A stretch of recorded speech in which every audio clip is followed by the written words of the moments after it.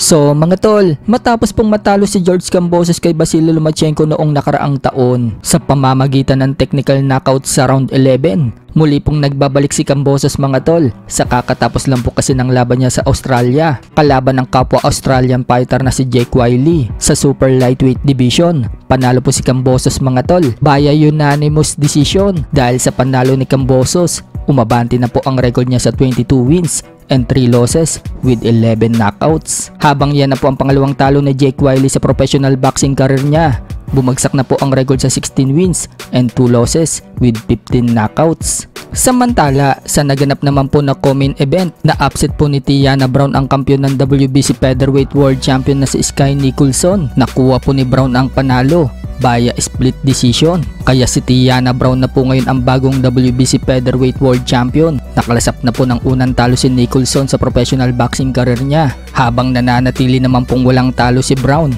umabante na ang record ni Brown sa 19-0 with 11 knockouts. Pagdating naman po sa WBA Bantamweight World Champion na si Charneka Johnson, nadepensahan din po niya ang kanyang titulo mga tol nang talunin niya si Nina Hughes via technical knockout sa round 7. Sa kabilang banda naman mga tol, alam na nga po ng karamihan na sa May 4 na po ang laban ni Naoya Inoue sa Amerika kontra sa top 2 contender sa WBA Super Bantamweight Division Ramon Cardenas. Ayon sa report mga tol, halos malapit na daw ma-sold out ang ticket sa laban na yan. 15,746 nga daw dyan ang available na seat, pero ang remaining ticket na lang daw mga tol ay nasa 2,076 na lang. So kukonti na lang po ang natitirang ticket.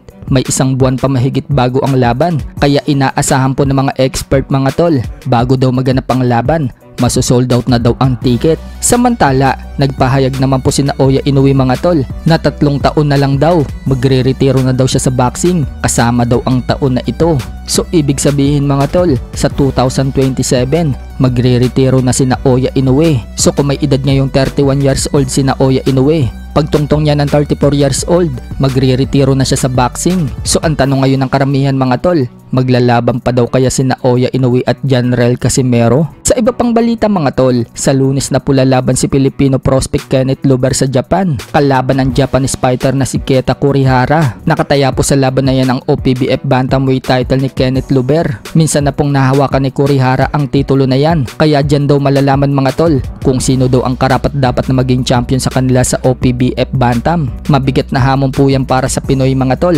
Kapag nakalusot po dyan si Kenneth Luber, malaking achievement po yan para sa kanya. Mukhang ready naman si Kenneth Luber na magpakitang gilas sa Japan. Matatandaan mga tol yung unang laban niya sa Japan, tinapos lang po niya sa loob ng round 1 ang Japanese fighter na si Toyo De Canarudo.